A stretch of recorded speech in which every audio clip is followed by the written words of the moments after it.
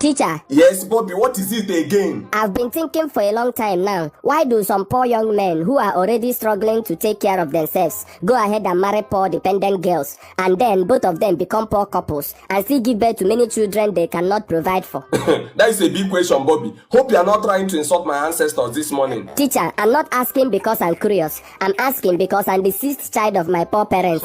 6 of us hawk bottled water in the market after school. Even on weekends, we are still hawking while other children are sleeping or watching cartoons. Why didn't my parents stop at 1 or 2 children? What pushed them? Bobby, many poor men go into marriage because they believe marriage brings God's favor. The Bible said in Proverbs chapter 18 verse 22 that he who finds a wife finds a good thing and obtains favor from the Lord. Then I ask, after obtaining the favor they hoped for, why didn't they check whether that favor was enough to start having children? Didn't they know that if couples fail to plan and prepare before having children, they have already planned and prepared to fail the children they will bring into the world? Relying on hope is useless because hope without action is empty. Bobby, some couples believe that God commanded humans to multiply. In the Bible, Genesis chapter 1 verse 28, God said, "Be fruitful and multiply and fill the earth." That excuse is weak, teacher.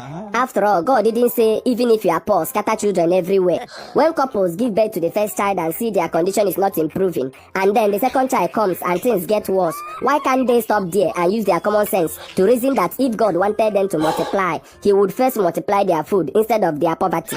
But Bobby, look at it this way. If your parents stopped after their second child, would you even be in this class arguing with me today? Of course I wouldn't. Maybe I would be in America as the grandson of the president. In your dreams, maybe you'll be the first son of a madman on the street. Never. You can never tell. Another thing, Bobby, some poor couples end up having many children because of competition. Teacher, competition for what? Poverty Olympics? Maybe the neighbor has 4 children, so they want to have 5. If someone is already poor, what is he competing for? World's best struggling family? Sometimes trying to get a particular gender, most times a son, leads poor couples to born many children. Having many children while trying to get a son? Shouldn't they first create a life that any child, boy or girl, can survive in? Again, Bobby, some men marry even when they know that life is tough because they hope marriage will turn things around for them. Teacher, hope is good, but hope without planning is just gambling. If your salary cannot feed you alone, why add another person and why add children on top? Bobby, don't forget that love is blind. Love is blind. People don't calculate when they are in love. But love is supposed to open its eyes after marriage. If love wants to stay blind, fine. But why should innocent children suffer because their parents refuse to use common sense? Bobby, some men also rush into marriage because of pressure. Family pressure, cultural pressure, village pressure, peer pressure. They fear being left behind by their peers and being called irresponsible. Teacher, pressure is not strong enough to force people into lifelong suffering. Why not resist the pressure and build a life first? Responsibility comes before reputation.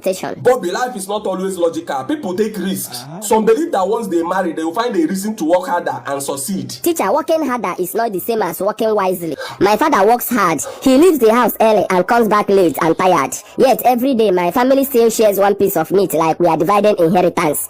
Hard work without planning leads nowhere. If hard work alone solved poverty, my family would be billionaires by now.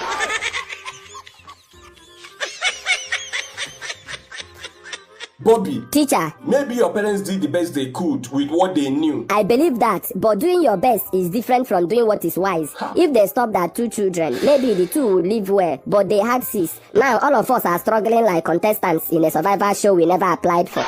So what is your marriage advice to people, Mr. Philosopher? Simple and clear. If you don't have money, don't rush into marriage. If you marry, plan properly. If the plan is failing, pause. If pausing doesn't work, don't add another child to the chaos. Children are not decorations, they are responsibilities.